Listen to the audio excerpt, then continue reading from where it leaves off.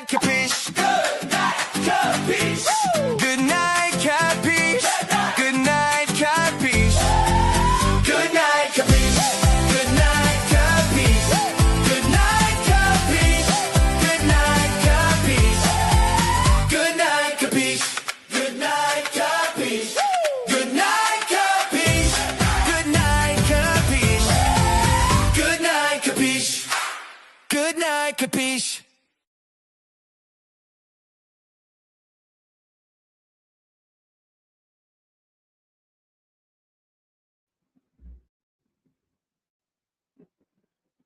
Good night, Kapeash. Good night, Kapeash. Y'all, good night, Kapeash. Welcome to the Burn Live Show After Hours. I'm your host, Kapeash, where we talk about politics, popular, trending stories every night before I put you, tuck you in your bed, and put you in your humble home. What's up, y'all? What's good? Voila. As as some people like to say, how everybody doing? Man, I am doing fine. I'm chilling. Um, had a very good day. Streaming gaming is coming Saturday. It's really coming Saturday. I think maybe this might be our first day, actually, for real going. Wouldn't be surprised. We're all set up. We're probably gonna do a trial run sometime this week before it comes up. We'll start off playing Fortnite. Ladies and gentlemen, I'm not good at Fortnite. I'm really gonna be in here cracking jokes, trying to be a comedian, trying to sing like I'm serious. Y'all don't take me too serious. Do not take me too serious. By that, ladies and gentlemen, I just want to get the seriousness out the way. Streaming coming soon. My baby coming soon. She got her own podcast. She got her own channel. Go check that out. Do I have? We definitely got to work on her. Something to promote. Okay, y'all. Got a lot of things coming. I promise you it's going to be some good things. Let's get deep, dive into some things that I haven't really had time to discuss. Special shout out to my engineer because he did me a favor. I'm gonna see if you guys noticed the favor. If not, I kind of get it. I understand, but I do got this good favor. I can't wait to show it with you guys. Without further ado, let's get in to the first story.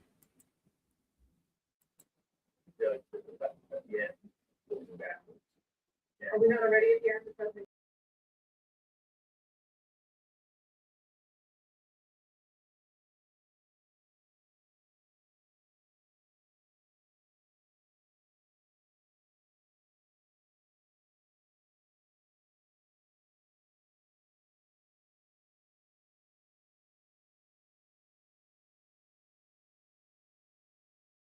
That their leadership's been successfully targeted. And so they're not just contemplating other people's suffering, they're contemplating their own suffering for the first time. And we can't see from over here what that does to the calculation on that side.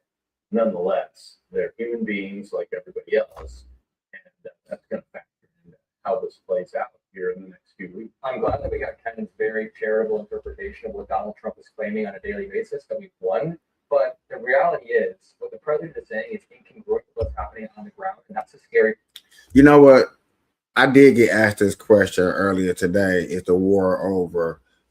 Trump declared that the war is over.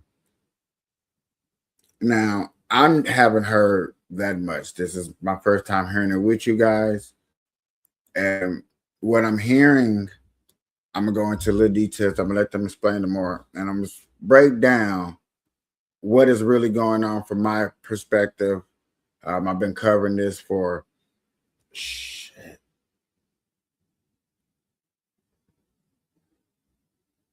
12 years. I've been covering this for 12 years now. So sorry for that brain fart. Covering it for 12 years. I do want to hear this, break it down. Over Trump's claim that the war has been won. Let's go a little bit further into this. Part here. There are two separate conversations that are happening when we're doing these debates. There's a conversation that you guys are having, which is just whatever the administration says on any given day. One day we've won, the next day there's negotiations, the next day we've won again. But there's the actual on the ground reality. Thousands of troops to the Middle East. We are asking for $200 billion for this war. And I don't know, what are we getting for this? 86-year-old Khamenei was replaced with his 30-year younger son, who's more radical, more extreme, is purging moderates. Can anyone tell me what we got for this? Well, I think that one question I would posit here is to you, Scott, and this is what James Madison had to say. Okay, Maddox, right? Very well respected, Marine Corps general, former Trump defense secretary. He says this: Iran right now, if we declare victory, they own the strait. You see attacks for every ship that goes through. We're in a tough spot, ladies and gentlemen. I can't identify a lot of options. I know we've talked here, and I think one of the responses to what you just laid out is that the Iranians have funded bad actors across the region for many decades. Many presidents in both parties have talked about how bad this regime is. But Scott, the challenge is, okay, we've done this. We seem to have underestimated their capabilities, their willingness to dig in, the ways that they've attacked their allies. And now Jim Mattis is saying you can't see a good way out. Can you? Yeah, I mean, the way out, of course, is for an international coalition to secure the strait. And just in the news today is that the British Royal Navy is on its way. They decided to engage. I think that's the clear future here, is after you decimate their military, take away their ability to nuclear weapons, take away their ability to have a ballistic missile program, and defeat their willingness to be an exporter of terror, you have an international coalition that A, monitors these people, and B, secures the strait. And obviously, every country in the world has an interest in the strait being open and secure, and that they don't have a navy or any capability at all to harass these ships going through. So I think that would be the hope. And I think what the president said is true. We have decimated their military capabilities. We've destroyed nearly all of their navy. We just This is what I keep hearing about, is open up the strings for oil rigs, oil boats, gas boats to get through up and down the stream, because it's been very hard for that to do.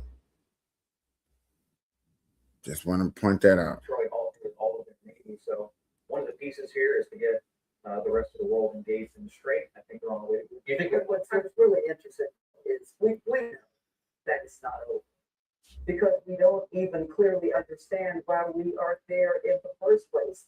The mission was never really clear. The president said 9 months ago that he obliterated Iran's capability to obtain a nuclear weapon. Yet he's deploying thousands of additional troops to the region. It looks like to me, remember he started off saying we were on an excursion in the Middle East.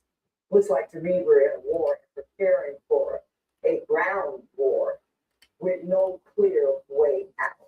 And so the president says there's negotiations going on. Iran says that's not true. And so the American people, nor the troops on the ground, have to know what the president's mission is, what the way out is. 13 people, U.S. soldiers have already died. We need a clear mission. Get perspective. Do you believe that Iran has been the world's largest state sponsor of terror for the last The really? president is the one, Scott, who said 9 months ago that This right here has been going viral, ladies and gentlemen. I mean, viral after viral after viral. Now, she stated the facts of that, what Iran and them are trying to do, what the Trump administration have said, and what she have seen and done. So, listen to Scott Jennings' question. Watch him frame it. It's not a got you. And this is why I love Republicans so much, because it's really not with the got you. It's just with a common sensibility question that they can't answer without getting aggressive, without rah rah rah, without storming off. Just answer the question. Cool, calm, and collected. Just like I asked you, you should be able to answer. Check this out. Maybe, what's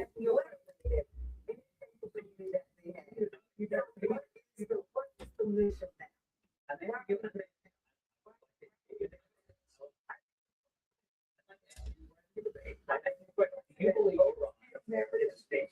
Explanation to why it's okay.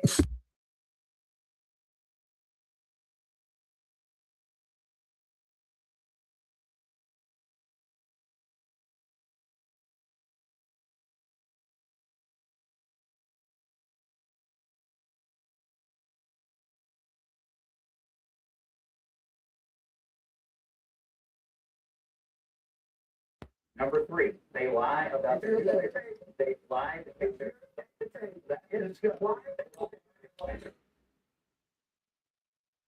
The question is about other countries out there that other countries consider a threat, maybe a little bit more powerful. Are there countries out there that are annoying in a way, disruptive of business?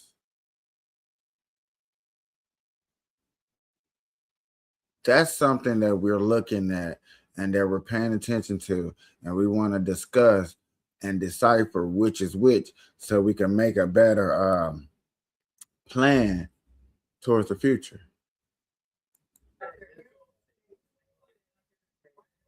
Why aren't our allies? You know what, you don't know the objective. We'll stop talking off this list. Navy, they have the Navy, they're in the beginning, and number four. Hold on a second. We've noticed from the beginning that the Europeans were not included in this. I take your point. We've learned that they have additional capabilities. The reason why allies wasn't included is for the simple fact it was a surprise attack. I heard this conversation a long time ago, and it drives me nuts of understanding what is a surprise attack. What if understanding that maybe your allies out there may have an enemy that you don't agree with?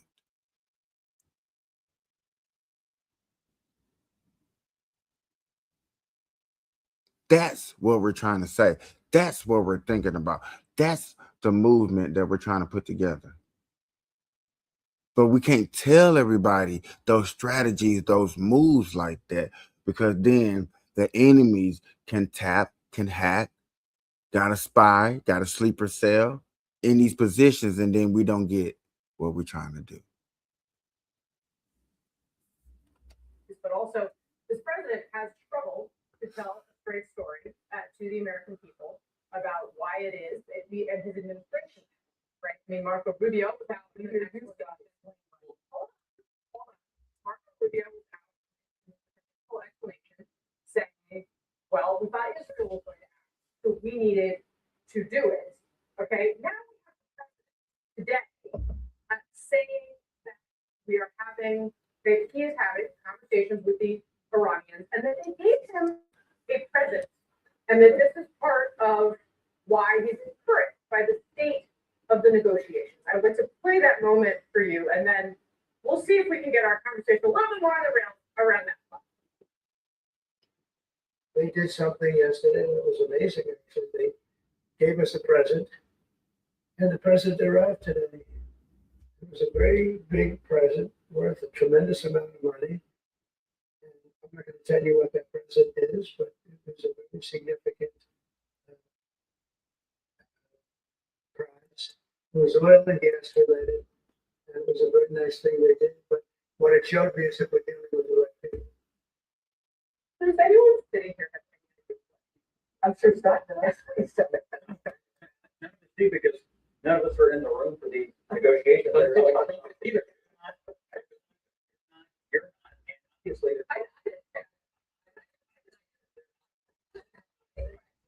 Well, none of us are going to be, and we will react to it when the news breaks. But to me, if you exit this with an Iran that has a defang as it relates to missiles, as it relates to an aggressive navy, you take away their ability to make nuclear weapons, and you leave the remnant here unwilling to be a supporter of terrorism, that is an unequivocal win for the United States. I want to show you the very careful wording Trump is using here. He's saying if that happens, which means that he disagrees with Trump's statement that it already has happened.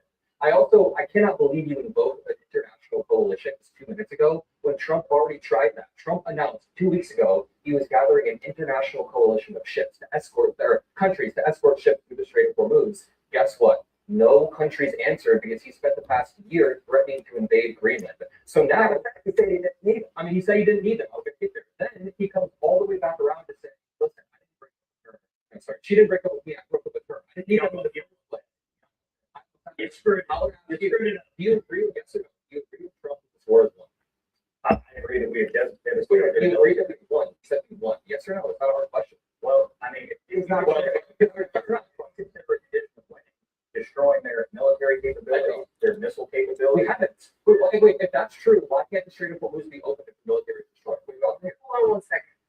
Here is the big picture question I do have here, Scott, is if it is true we have won, why are we sending the 82nd Airborne? To be prepared for what happens next. Why is the strait not open if we won? And one of the elements of the discussion is presumably nuclear materials. And even with bombing last June. That question, you notice, I don't think y'all was paying attention because I get it. CNN can be boring at times. But a strategic question by the young character, by my young guy right here. And yet again, to get that answer, he wasn't ready for the answer. Because if it came to be, you know what I'm saying, when those gotcha moments, and this is one of those gotcha moments, I got a question, I can put him in a ringer, I can put him in a predicament to where he's going to be caught off guard, he's not going to see what's going on. Now you can see that, and yet again, it's like, no. That's not the type of answer that you're going to get, especially out of Scott Jones. Is the now open? Is it fully super clear to where we can bring all our troops home? Probably not. But in a winning aspect to build morality for your home troops, your home family, instead of putting a magnifying glass up to Trump, which, we get it. He has to be absolutely politically correct. And that's the problem with the media, my boys over here, is that they want the president to be so politically correct. But yet again, in a conversation, in a literal conversation back and forth, we can always have this conversation anytime. In a normal conversation, me and you are not going to be politically correct. I can bring up plenty of TikTok debates, and they're going to try to debate each other, and nobody's going to be politically correct. And that's what makes Trump so unique and so combobulated with everybody, is that y'all want him so politically correct that he doesn't have to be politically correct.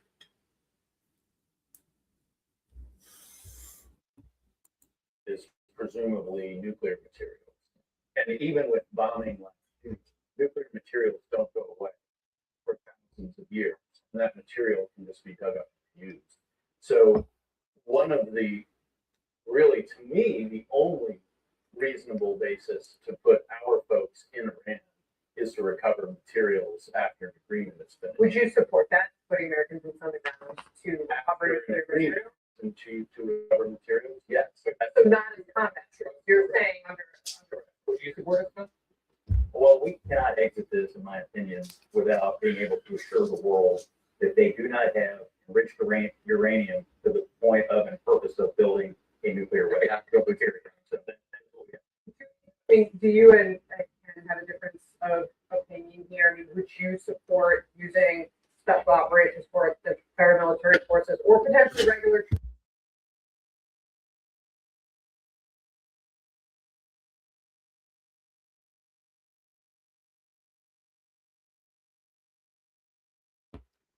My follow-up question would be,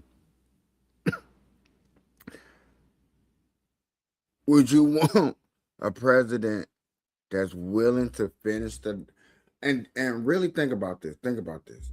Do you want a president to finish a job, beautiful or ugly, or would you just want a president that's just gonna leave a job a mess? Now, I know you have your own opinions of how you feel and how you think, but really think about, try your best to get out your feelings. Think about the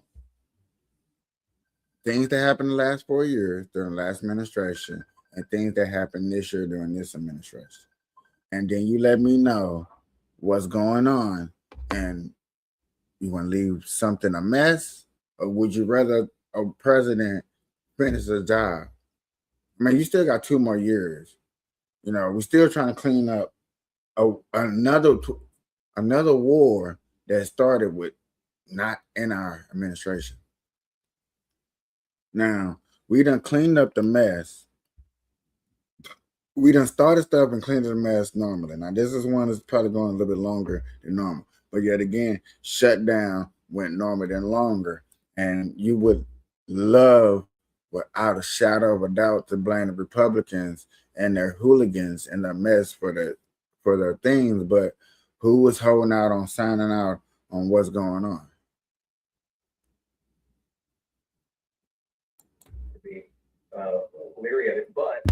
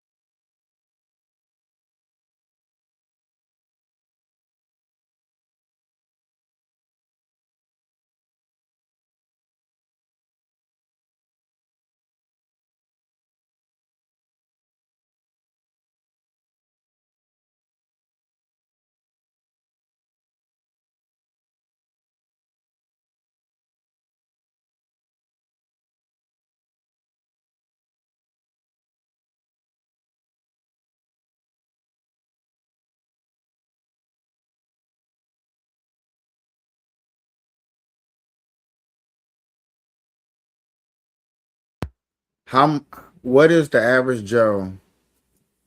How much information do an average American citizen expected to know from the president? Do y'all expect to know a lot? Y'all expect to know all his strategic move? Do y'all? I wish Kick Ass Nick was here because yet again, I hear his voice in the back of my mind saying propaganda, propaganda.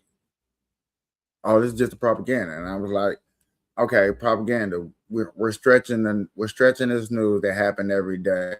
Every day in the country, somebody is starving, hurting, hungry, shooting, killing.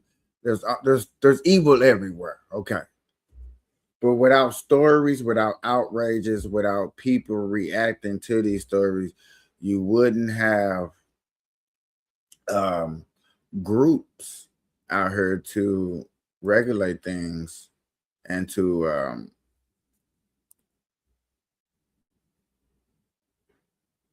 get a law passed. You don't have the time to do it because you're working. But when you have a group that has the same amount of audience, and you found that one person like, hey, we all believe the same thing. Okay, there's enough people that believe me. Let's work on this. It seems like we're in a society at a time where people can literally feel some type of way, and then you have people that's like, yo, I am just gonna I am just gonna run my feelings into the ground, and I must know everything that the president is doing.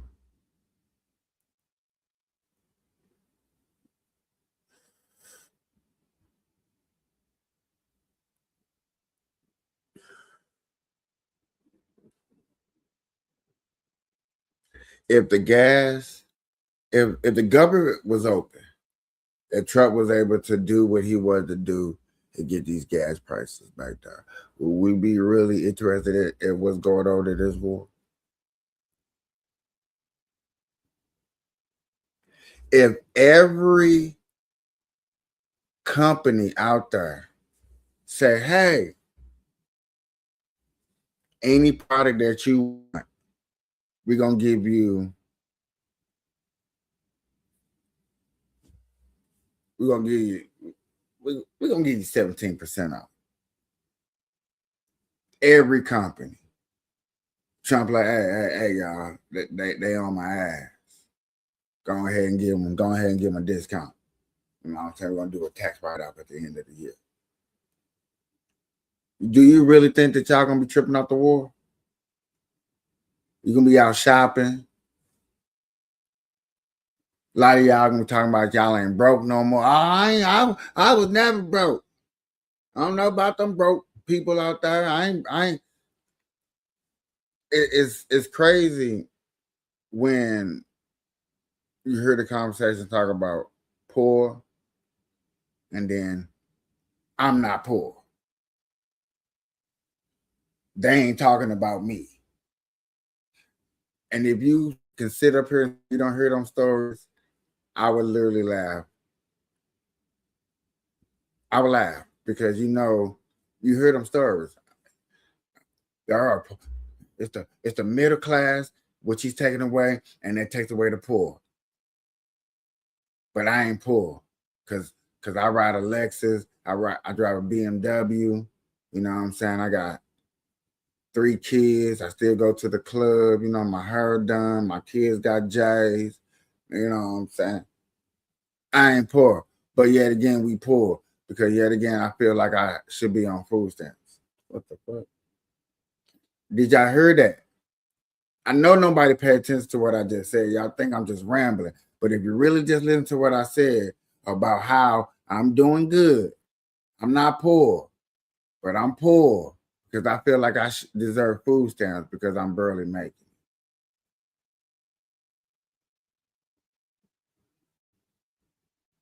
Okay, y'all don't want to hear me talk because yet again, I get it. I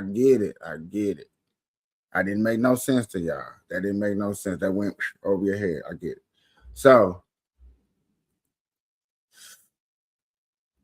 and I don't want to do my little Charles the White or my little Uncle Ruckus. I don't want to get into that boat. All right. Well, I gotta, break it down to you. I think that last thing right there should be it. In other news, ladies and gentlemen, let me give me some water. In other news, hold on. Wait a minute. Okay. I don't know if y'all heard. I talked about it. No, we covered it a little bit. And I just want to bring this back up because yet again, I'm waiting to get some more information about New York City. New York City in the next, what's this, 20? In the next 4 years is trying to get their minimum wage up to $30 an hour. Okay. When I say you're going to have every, let me stop. I feel like sometimes y'all want me to go too far, but yet again, I just want to put this out there for you guys. Minimum wage, $30 an hour. Okay.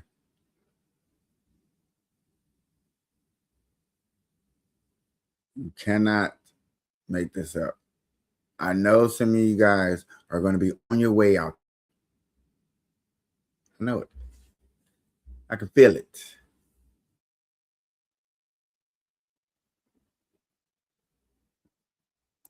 Okay, CNN is cracking with the news story today. That's what I'm talking about. That's what I'm talking about. That's what it's about. Oops, thought it was already up there. Let's get into the news. I know I can't sing. Okay, if you appreciate my singing, unfortunately, I appreciate it, but you need to get your ears checked. Okay. Because I know I sound like, I probably sound like that into y'all ears. And I apologize. But sometimes you gotta sing. I'll just play it. Let's get into the story. China to the Gulf are taking triple the usual time to arrive. That's what a shipping analyst tells CNN. Many vessels are now rerouting to jet in Saudi Arabia instead of passing through the Strait of Hormuz to Dubai. And they're taking the long way to avoid the threat of potential Houthi militant attacks. The analyst says the ships are sailing across the Indian Ocean and around the southern tip of Africa. Now, this is what I be talking about, what I be hearing about, okay, of the tankers of the oil. Now, understand this news right here is not during prime time. This ain't the prime time news. This ain't stuff that they be breaking down. This ain't the Abby Phillips. So y'all won't hear nothing. But this is the main reason of tankers and ships that leaving in and out of ports having problems. We're getting into the gritty, the nitty gritty. Let me stop. Up through the Mediterranean Sea and then down through the Suez Canal into the Red Sea from the top. Now, not only does that take about 60 days compared to the previous 20, it's almost 4 times more expensive. CNN Business senior reporter Hannah Zaidi joins us live now from London. So the data suggesting that several ships passed through the Strait of Hormuz in just the past day. What can you tell us about that? How many we know are actually getting through?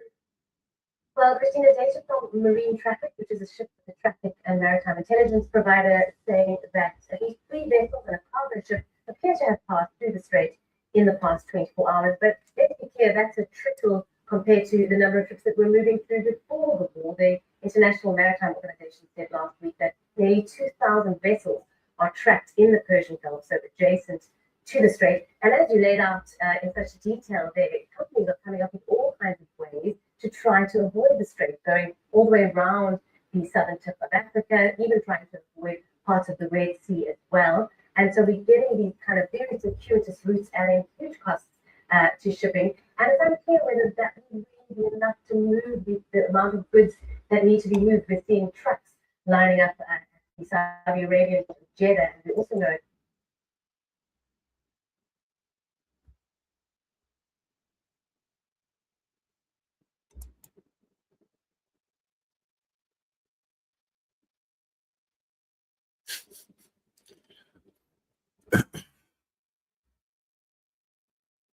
To understand, to see that having problems on the water is a main issue that we're having, and the reason why we're going through what we're going through.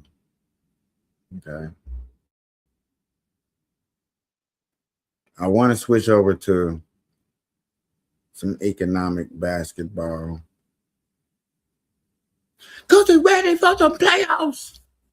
And there's big news heading real soon, breaking news. Las Vegas and Seattle are in talkings, are done talking the meetings. Now they just got to raise the money, get the ownerships, and last through contract to be in the NBA in the 2028, 2029 season.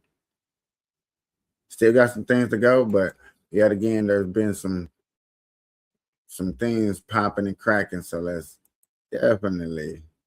So today's announcement has a lot of people talking in town. As you might imagine, our Tiffany Lane spent the day at the Westgate Las Vegas Sportsbook. So what are people saying about this tonight, Tiffany?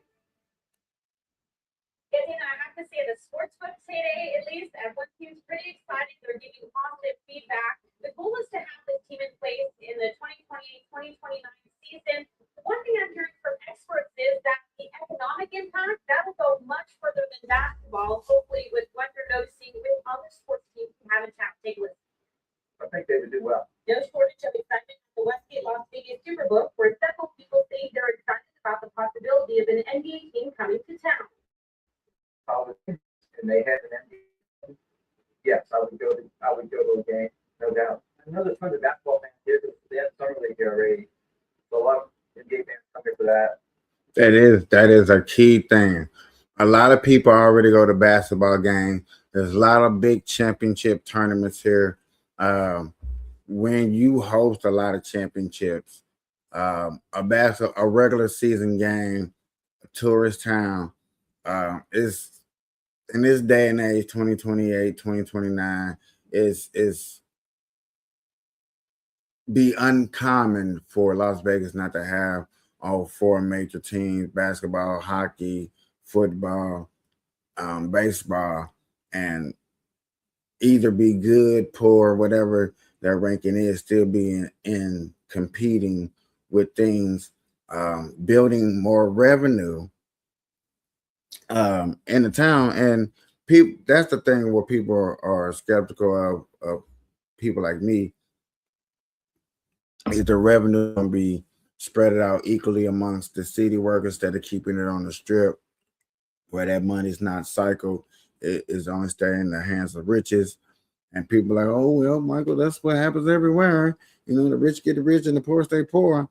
Not necessarily, because there are poor people that become rich. Don't forget about them people. But when I say money spread out amongst the people in the city, I do mean the city streets, communities, bad neighborhoods, actually putting resources in areas that don't have resources, that you have to go a little bit further.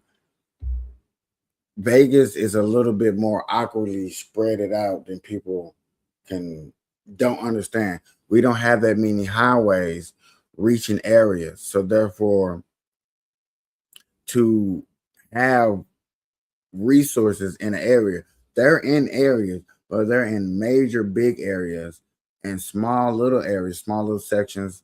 People that have to catch buses longer distance will have to travel farther. So you need more resources out, building more revenue on the strip.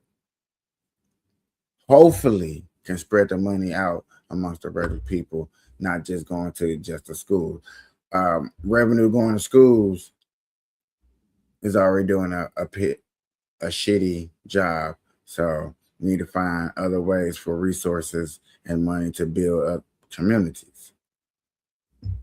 Just saying. The Las Vegas Raiders, Vegas Golden Knights, Las Vegas Aces, Las Vegas Aviators, the A's, already making Las Vegas a sports powerhouse, and now possibly adding an NBA team. Is there space for another sports team? Is the market too saturated as it is? Really glad you asked. And the answer is nobody kind of knows at this point, right? I mean, everybody said that hockey was never going to work in the desert. People were really critical of Mr. Davis for bringing the Raiders here. That's financial analyst Jeremy Aguero, who says sports teams are thriving in the valley. He responded to reports that Las Vegas could be a top 10 revenue generator among NBA cities. Las Vegas has this competitive advantage where we're going to have 35, 40 million people coming to Las Vegas, and they want to do stuff while they're here. He says money would trickle into the community. Those are people that stay in our hotel rooms, they eat in our restaurants, they gamble in our casinos. They generate not just jobs, but also wages and salaries. I'll go to our most important industry. And someone else who likes the idea, John Murray, Vice President of Race and Sports at the Superbook. NBA is already so popular in this city.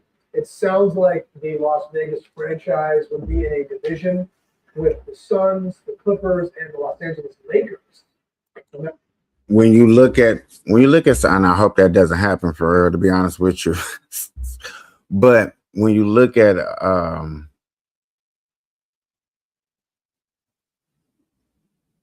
the market of basketball, like you said, a lot of people, a lot of fans, there's probably a little bit more gambling in basketball You know what I'm saying? Than other sports besides football. We understand football probably is number one and stuff like that.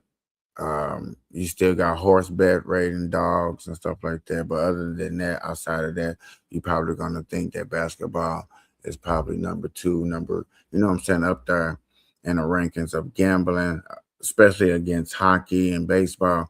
And you would think baseball would have good numbers in gambling for the simple fact it's 182 games. It's the most played game in sports. But yet again, you know, the ratio, picking teams, and blah blah blah, all that gambling number stuff like that, that does take a toll and stuff like that. So when you look at the aspect of just hey, I want to get a team boosting revenue around town. Like I said, it's gonna boost revenue around town. People are going to want to get together. Not everybody's going to want to come to the strip, but yet again, people are going to want to gather when your team is playing. People gather. When people gather, businesses make money. That's part of the economy. That's why, certain businesses are put together. And if those business thrives, hey, other business thrive. When people smile, people pay. When people pay, people tip. Imagine having the Los Angeles Lakers come here 2 or 3 times a year to play this Las Vegas team. Right now, industry executives are projecting bids will be from $7 to $10 billion. The location still a big question mark, according to UNLV economics professor Dr. Nicholas Irwin. Somewhere along the Blue Bright Line route, I would imagine that could be beneficial as well. But it's probably going to be somewhere on the strip. I mean, that would make sense. They're both very close by. And the question is not only strip or not, but whether the team would play at an existing venue like T-Mobile where the Golden Knights played. It's still early stages. I would anticipate probably a new arena, just because sometimes coordination with teams, a hockey team, and a basketball team can feel complicated because seasons run concurrently. I get that. And I will give my little close up. Hold on. I did my little close up. Hey. Whoever trying to own Las Vegas, we need to clip this right here. We need to clip this. Hey. Whoever trying to own the Las Vegas, I need you to pay for your own damn stadium, okay? Don't ask us. All right? Please, thank you, sincerely, Burn Live. All right? The hell? I don't want to hear no, well, we just want you to pay 30% taxes. We're gonna take it out of your bonds that you got. Man, I don't want to hear none of that. Okay. Matter of fact, I need to be looking into them bonds and see how much I invested into the bonds. I see if I need to take my bonds out. How much hot dog buns I be selling. And shout out to the team, man. Shout out to the team. Shout out to the squad. You know what I'm saying? We get into the bag. Shout out to the squad. You know what I'm saying? Shout out to the love of my life. For real. Special shout out to her. I wouldn't be pushing as hard as I'm pushing without her. You know what I'm saying? She wake me up in the morning. She push me, you know what I'm saying, with a kiss every morning. Mwah. That's why we do this. All right? For real, I appreciate it. And then shout out to my Burn Live book face group. You know what I'm saying? Shout out to y'all because, you know what I'm saying, y'all be coming through. But yet again, let's get back to the story. Speaking with it, where I was said, if we didn't have the Raiders in town, if we didn't have the Legion Stadium, we could never have the Super Bowl. We already saw how successful that was the first time, and now there's discussion of it coming back. So again, we don't know where the team would come if it does come to the NBA comes to town. But again, this is something that brings in more events as well. So that's why it's looking at a positive economic impact from what I'm hearing from those experts. Dana? If they get here by 2028, we know for sure the first year or two that they would play at T-Mobile and MGM. And that's what I was said. That's what I ain't said on here, but that's definitely the discussion I was thinking. It's like, yeah, you got to play at the T-Mobile Road until you at least build your building. But what I've said is, don't ask, and you better not put it next to Fontainebleau because that big ass blue building is gonna drown. Nobody goes to the north end of Las Vegas Strip. Will you bring people down there? No. What needs to be down there? Different discussion or different time, different topic. Who owns T-Mobile welcomes that. But after that, you're right. The other question mark is, how are they gonna fund it? It would cost somebody $7 to $10 billion just to get in the door. That would be money going to the existing owners. Where would that money come from? Yeah, I mean, it's really early on, right? So I did ask the analysts about that. They're saying, anything is possible, right? Because we need to know would it be a new venue. But we've seen in the past with teams around the country, there's public-private partnerships where taxpayers aren't impacted. And I know that's something that most people want to hear. We want a team to come to town, but Y'all know why I stopped it right there? We're going to stop it right there, and we're going to keep it right there.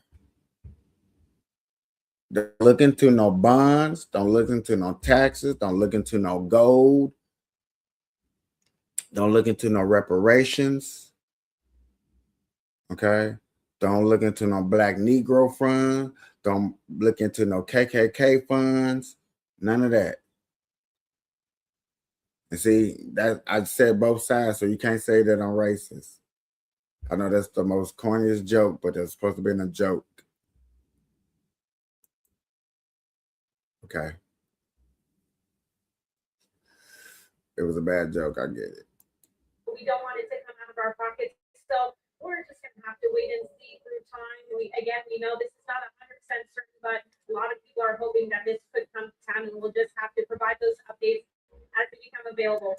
T-Mobile Arena was built without taxpayers' money. Okay? All right? Okay? We already paying for Allegiant Stadium, the Raiders, and we can't even make the playoffs. And I am I'm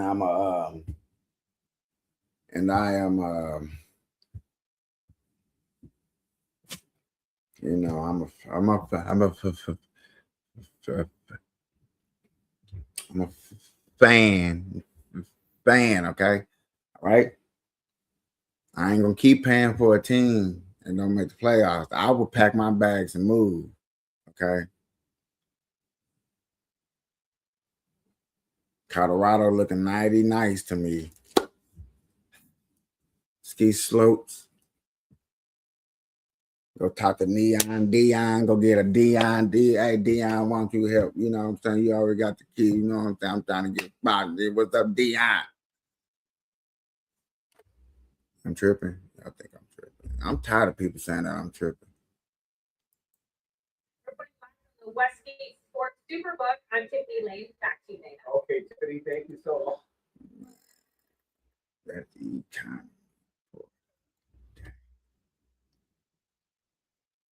Nah, that's what's up, man. Las Vegas, I think it'd be a cool opportunity. I appreciate it. I would like to be around to see that. Because that is close to around the 10 years that I moved here. I think that's like the 11th mark or something like that. 10, 11, something like that. So that'd be cool. A baseball team be here, a basketball team be here around the same time. A double thing. I think I just heard y'all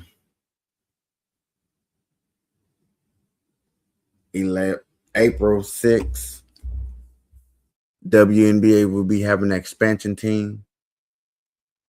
It's going down. 52 games. I don't know if this season that's going to have a 52 game, but man, bump that. It's going down, ladies and gentlemen. Stop playing with your boy. I'm fan dude. Take me some trips. I'm taking me some trips. Taking every trip and everywhere. I'll be taking trips. I'll be taking trips. I'll be. My bad. Did I get a little too excited? I'm just letting you know. I'll be taking plenty trips. What are y'all doing? Where are y'all going? Any special places y'all got planned for this summer? Anywhere y'all want to go? Hmm? Come on.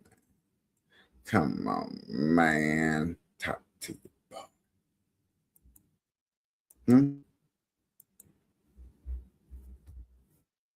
This might be a good summer.